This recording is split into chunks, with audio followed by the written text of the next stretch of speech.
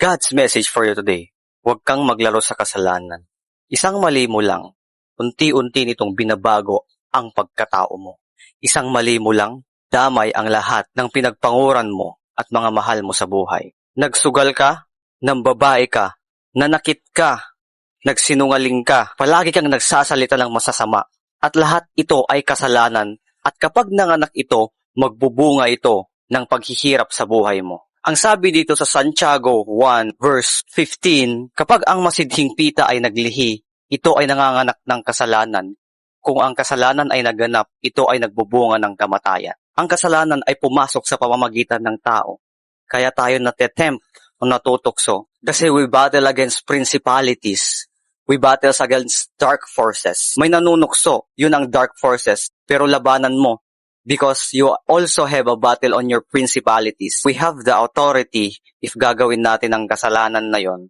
Sabi dito sa Roma 5 verse 12, ang kasalanan ay pumasok sa sanlibutan sa pamamagitan ng isang tao at ang kamatayan ay pumasok sa pamamagitan ng kasalanan. Ibig sabihin kapatid, kaya ka naghihirap, kaya poor choice ka, poor decision making at palagi kang naiirita, nako-confuse ka kasi nagkasala ka. In-entertain mo ang kasalanan. At malalabanan mo ito kapatid through the Word of God. Kasi linigtas ka na ng Panginoon. Nung nagpakamatay siya sa krus, sabi niya, it is finished. Bayad na ang makasalanan mo.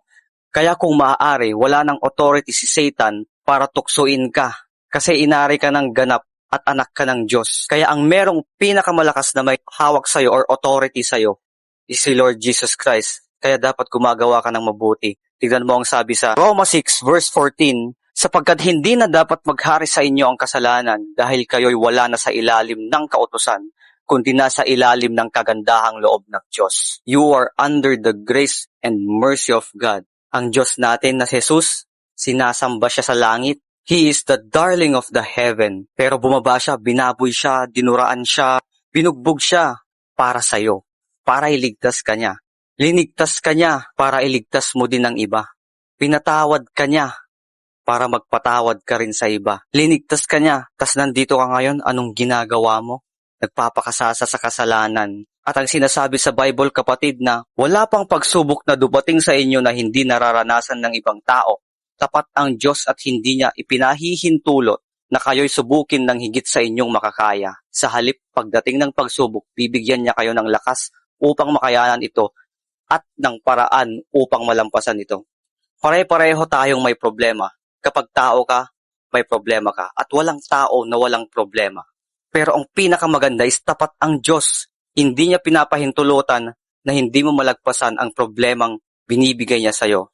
Kapag nagbigay siya ng problema, meron agad solusyon ng Diyos dyan. At hindi niya hahayaan na hindi mo yan malagpasan. Siya rin ang nagbibigay ng lakas para makayanan mo ito. Walang problema na hindi mo kayang lutasin. At walang tukso na hindi mo kayang layuan o takbuhan. Alam mo kapatid, maraming paraan ang Diyos.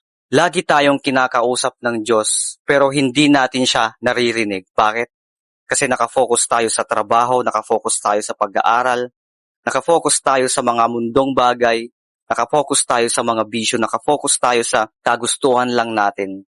Malinaw ang Bible kapatid, na kapag tinanggal mo ang kasalanan sa buhay mo, magiging maganda ang kinabukasan mo. Magiging maganda ang takbo ng buhay mo. Kapatid, ang pinakamagandang mangyayari sa buhay ng isang tao ay yung masatisfy ang puso mo, yung mag-transform ang buhay mo, yung maka-impluwensya ka ng ibang tao para magbago din ang buhay nila.